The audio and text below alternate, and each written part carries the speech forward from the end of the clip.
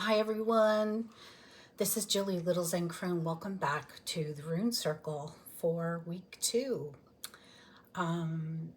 This week we are talking about the rune Ur or Uruz, and as you can see here, the Anglo-Saxon rune looks a little bit different than the Elder Futhark rune. And this is just,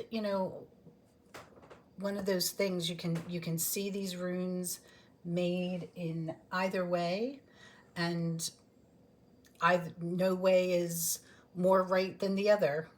So let's talk a little bit about the rune Ur. Now, full disclosure, I'm using notes because there's a lot of information out there. I did want to say that last week I talked about a book on the Anglo-Saxon runes, and this was a book that was recommended in Kelly Fitzgerald's class, and the book is called Runic Lore and Legend by Nigel Pennick. So if you happen to get yourself a set of runes, of the Anglo-Saxon runes, that book is available on the Amazon. So let's talk about Ur, which is the second rune in both the Anglo-Saxon and the Elder Futhark. So this rune originally, I think, comes from the word Aurochs, which were wild oxen that roamed Europe and became extinct. And I'm not sure when they became extinct, but fairly early they became extinct. And they were huge and had huge horns. So you can see how this might look like a set of horns, right? So this rune was seen as a rune of, the meaning behind it was force, or just like raw power and strength. And in the old English rune poem, the translation is Ur is proud and has great horns, a very fiery beast. It fights with its horns, a famous moor stepper that is a courageous creature.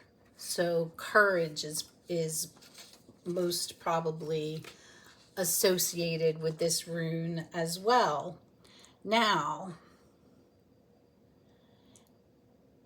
in the Old Norse poem, the rune meaning changes a little bit. It says dross comes from bad iron, and reindeer often races over the snow. Unhappy is the overlord. And here I think we're talking about weather, and it also, in the Icelandic rune poem, it talks about drizzle. Dross, drizzle, is the weeping of clouds and the diminisher of the hay harvest and the hatred of the shepherd. So the ancient meaning was vast strength. It was the wildness of raw power. It was about challenges, courage, survival, and the body's just brute force. The modern meaning today, we look at the rune Ur as meaning personal power, healing and vitality, transformation, and courage. So, what does this rune mean for us today? How can we use this rune today? So, of course, we can use it in meditation and affirmation. We can carry it or draw it when we need courage or strength. We can draw it on objects, or you could draw it in the air. Draw it on, like I showed last week, you could draw it on your hands or over your heart, on your chest. You could wear it. Health and healing. You can use it as a bind rune, and we'll talk about bind runes later on in the series, but you can use it for vitality, energy, recovery from illness. You could use it in an empowerment ritual. So mark it on paper, or like I said, on your body with your finger, or with tracing it, or with paint, or any kind of medium. You could use collage. You could make a little collage of the rune Ur. That would be kind of cool because it would have it would be tactile. You could trace it. Obviously, you can journal about it. And it says here, I wrote down nature connection. These are from my notes. So nature connection, and it says to invoke Aurochs when you're walking in the wild or practicing a physical endurance. Like, I don't know, like Aurochs reminds me of weightlifting, or pushing, having to push something or move something, but somewhere where you've just got to use like your brute strength.